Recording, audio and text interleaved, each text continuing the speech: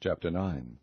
And when the queen of Sheba heard of the fame of Solomon, she came to prove Solomon with hard questions at Jerusalem, with a very great company, and camels that bear spices, and gold in abundance, and precious stones. And when she was come to Solomon, she communed with him of all that was in her heart.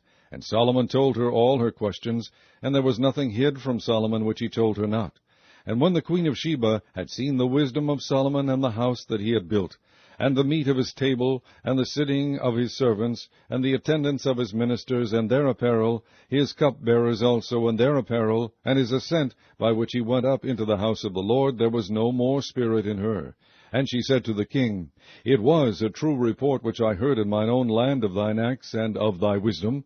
Howbeit I believed not their words until I came, and mine eyes had seen it. And behold, the one half of the greatness of thy wisdom was not told me, for thou exceedest the fame that I heard.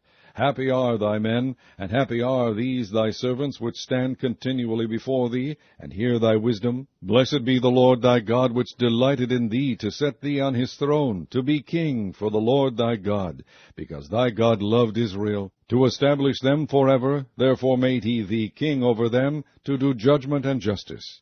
And she gave the king 120 talents of gold, and of spices great abundance, and precious stones.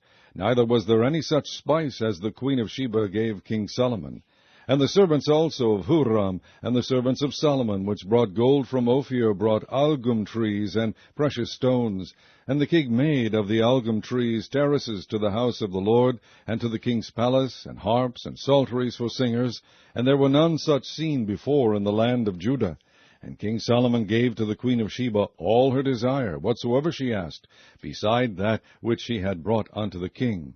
So she turned and went away to her own land, she and her servants. Now the weight of gold that came to Solomon in 1 year was 666 talents of gold, beside that which chapmen and merchants brought, and all the kings of Arabia and governors of the country brought gold and silver to Solomon. And King Solomon made 200 targets of beaten gold. 600 shekels of beaten gold went to one target. And 300 shields made he of beaten gold. 300 shekels of gold went to one shield. And the king put them in the house of the forest of Lebanon.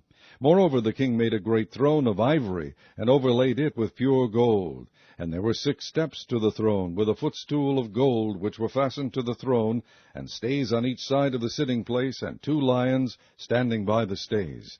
And 12 lions stood there on the one side, and on the other upon the 6 steps. There was not the like made in any kingdom. And all the drinking vessels of King Solomon were of gold, and all the vessels of the house of the forest of Lebanon were of pure gold, none were of silver. It was not anything accounted of in the days of Solomon. For the king's ships went to Tarshish with the servants of Huram. Every 3 years once came the ships of Tarshish, bringing gold, and silver, ivory, and apes, and peacocks. And King Solomon passed all the kings of the earth in riches and wisdom.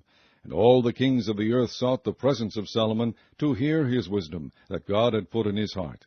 And they brought every man his present, vessels of silver, and vessels of gold, and raiment, harness and spices, horses, and mules, a rate year by year. And Solomon had 4,000 stalls for horses and chariots, and 12,000 horsemen, whom he bestowed in the chariot cities, and with the king at Jerusalem. And he reigned over all the kings, from the river even unto the land of the Philistines, and to the border of Egypt.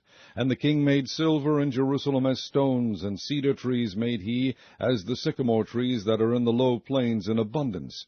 And they brought unto Solomon horses out of Egypt, and out of all lands.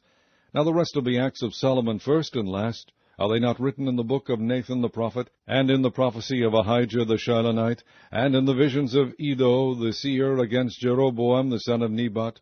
And Solomon reigned in Jerusalem over all Israel 40 years. And Solomon slept with his fathers, and he was buried in the city of David his father, and Rehoboam his son reigned in his stead.